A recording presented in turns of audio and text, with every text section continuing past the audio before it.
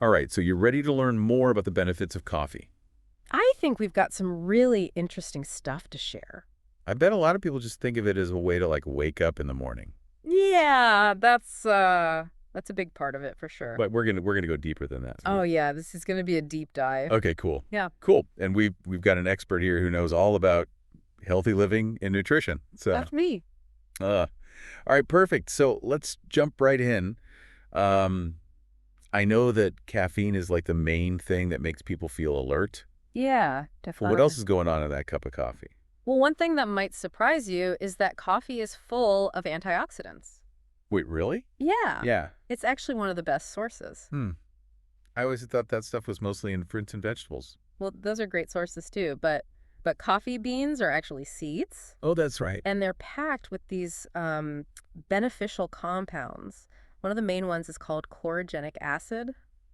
Chlorogenic acid? Yeah, it's a mouthful, I know. So are these antioxidants, were they like little superheroes or something? You could think of them that way. They protect your cells from damage caused by free radicals. Free radicals? What are those? Oh, they're these harmful molecules that can damage your cells and lead to all sorts of problems. Oh, okay. So it's like the antioxidants are protecting us from the bad guys. Exactly. Cool. So how much coffee do I need to drink to get all these benefits? Well, the key is moderation. Okay. So don't go overboard. Yeah, you don't want to be like chugging espresso all day long. Right, right. So what about those benefits? What does the research say?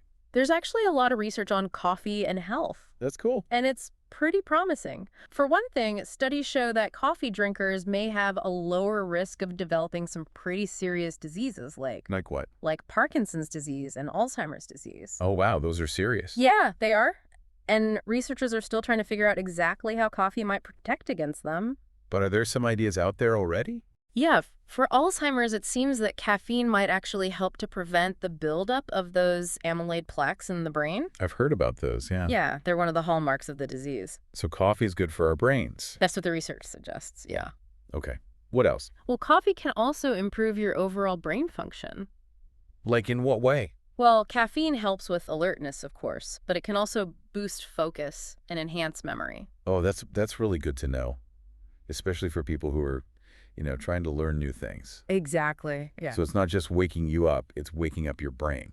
That's a good way to put A it. little bit for the rest of the body, though. Does coffee have any benefits there? It does. It turns out that coffee might also be good for your liver.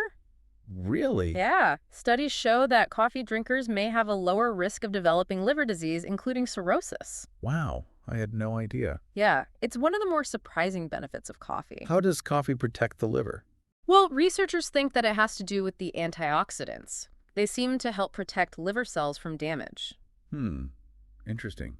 So are there any downsides to coffee? Well, like I said before, moderation is key. Yeah. Too much caffeine can make you feel jittery or anxious, Right. and it can also interfere with your sleep. Okay. And it's important to remember that adding a lot of sugar or cream to your coffee can negate some of the health benefits. Oh, yeah, that makes sense. You're basically just adding extra calories and fat. So black coffee is the way to go. Well, it depends on your preferences. Sure. But definitely try to avoid loading it up with too much sugar and cream. Okay, good to know. Mm. This is all really fascinating stuff. I'm learning so much about coffee. I'm glad to hear it. I had no idea. It was so complex. By the way, did you know that coffee is the second most traded commodity in the world? It is, yeah. Right after oil? Wow, that's amazing. It really shows you how much people love coffee all over the world. It does, yeah. It's a global phenomenon. So it's more than just a drink, it's like a cultural icon. That's a good way to put it. Okay, so we've covered a lot of ground here. But is there anything else we should consider about coffee? Well, one thing that often gets overlooked is the sheer variety of coffee out there. You mean like different types of beans? Exactly. And different brewing methods. Oh, yeah. Yeah, The world of coffee is incredibly diverse. There's always something new to explore. that's cool. So don't be afraid to experiment and find what you enjoy most. Okay, good advice. So I guess it's not just about the benefits, it's also about the experience. Exactly. It's about enjoying the ritual, savoring the flavor, and connecting with others over a cup of coffee. I love that mindful coffee consumption. That's a great way to put it. It's about being present in the moment and appreciating all that coffee has to offer. So it's like a meditation in a cup. You could say that. This deep dive has been really eye-opening. I feel like I have a whole new appreciation for coffee. I'm glad to hear that. It's a fascinating beverage with a rich history and a bright future. I can't wait to learn more. Well, stay tuned because we've got a lot more to discuss. Awesome. I'm excited. It really is amazing how something as simple as coffee can have such a big impact on the world. Yeah, it's been a pretty wild ride so far. From those tiny antioxidants to global trade and even like social rituals. Right. It's pretty incredible. You mentioned earlier that coffee could even be like a key to solving some of the world's biggest challenges. Well, yeah, there's a lot of potential there. Okay, I'm definitely intrigued. What kind of challenges are we talking about? Well, one area where coffee is showing a lot of promise is in sustainable agriculture. Hmm. As the demand for coffee keeps growing, it puts a lot of pressure on coffee growing regions. Yeah, I can imagine. And that can lead to deforestation and habitat loss. Oh, that's not good. No, it's a serious problem. But there are people working on solutions. Like what? Well, there's a movement towards promoting sustainable farming practices like shade-grown coffee. Shade-grown coffee. What's that? It's basically coffee that's grown under a canopy of trees. Oh, so the coffee plants are like shaded by the trees? Exactly. And this method not only helps to preserve biodiversity, but it also creates a more resilient ecosystem. So it's better for the environment and the farmers. Yeah, it's a win-win situation. That's awesome. So just choosing shade-grown coffee can make a difference. It can, yeah. It's a simple way to support sustainable practices. I like it. Are there other ways that coffee is being used to tackle global challenges? Oh, absolutely. Another really interesting area is the potential for coffee waste to be repurposed. Coffee waste? What do you mean? Well, do you know that most of the coffee fruit is actually discarded during processing? Really? I had no idea. Yeah, it's true. The beans are what we use to make coffee, but the rest of the fruit is often just left to decompose. Oh, wow. And that can actually release harmful methane gas into the atmosphere. Oh, so it's bad for the environment. Yeah. But the good news is that researchers and entrepreneurs are finding innovative ways to use that coffee waste. Like what? Oh, all sorts of things. They're turning it into biofuels, fertilizers, building materials, even food products. Wow, that's amazing. So we could actually use that waste to create valuable resources. Exactly. It's like turning trash into treasure. I love it. Yeah.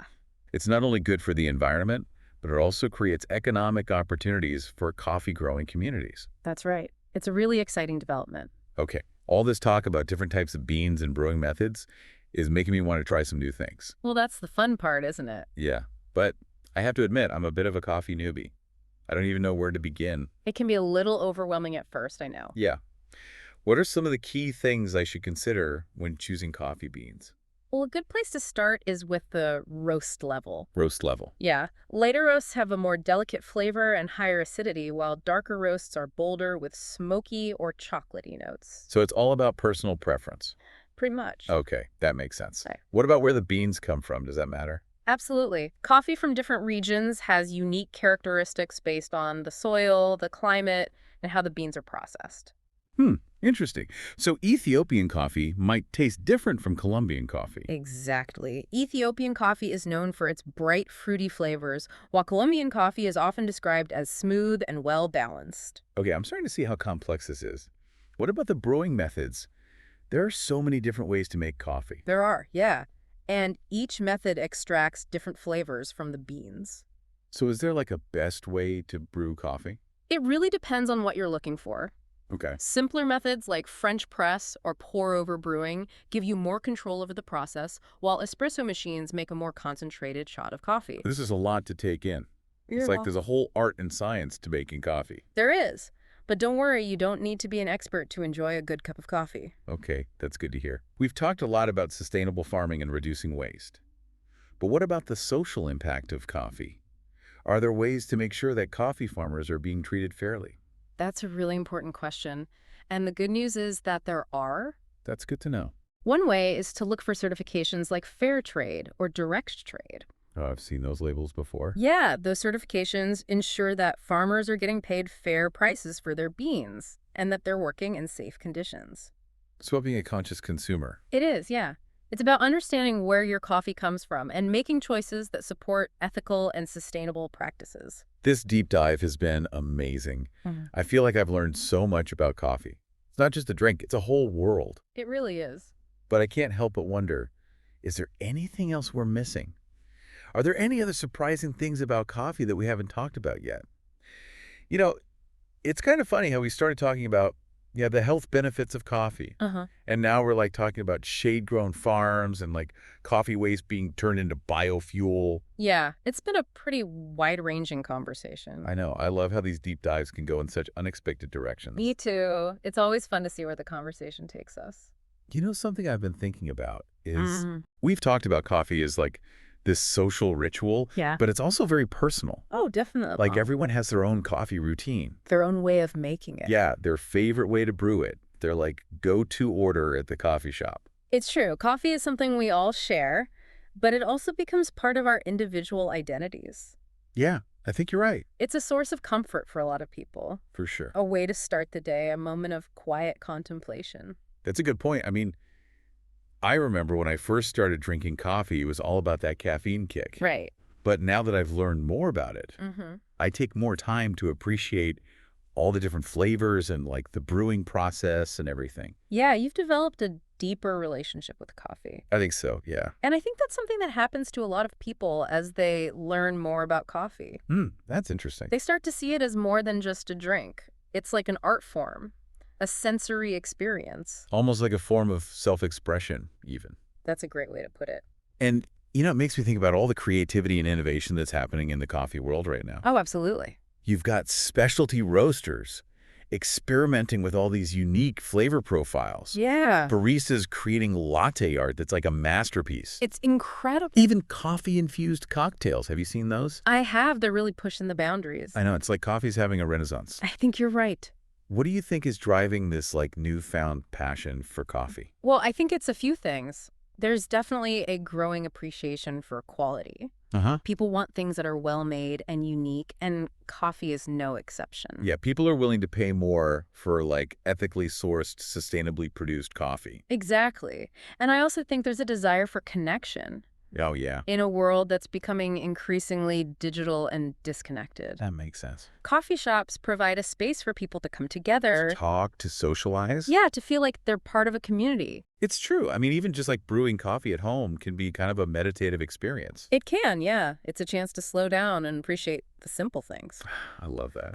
So coffee is more than just a drink. It really is. It's like a source of connection, creativity, mindfulness. It's a reminder to slow down and enjoy the moment. Well said. Yeah. I think that's a perfect note to end on. I agree. It's been a great conversation. To our listeners, keep exploring the world of coffee. Try something new. Visit a local roaster. Maybe take some time to really appreciate your next cup. You never know what you might discover. This deep dive has been truly enlightening, and I hope you've enjoyed it as much as we have. Me too. It's been a pleasure. Until next time, happy learning.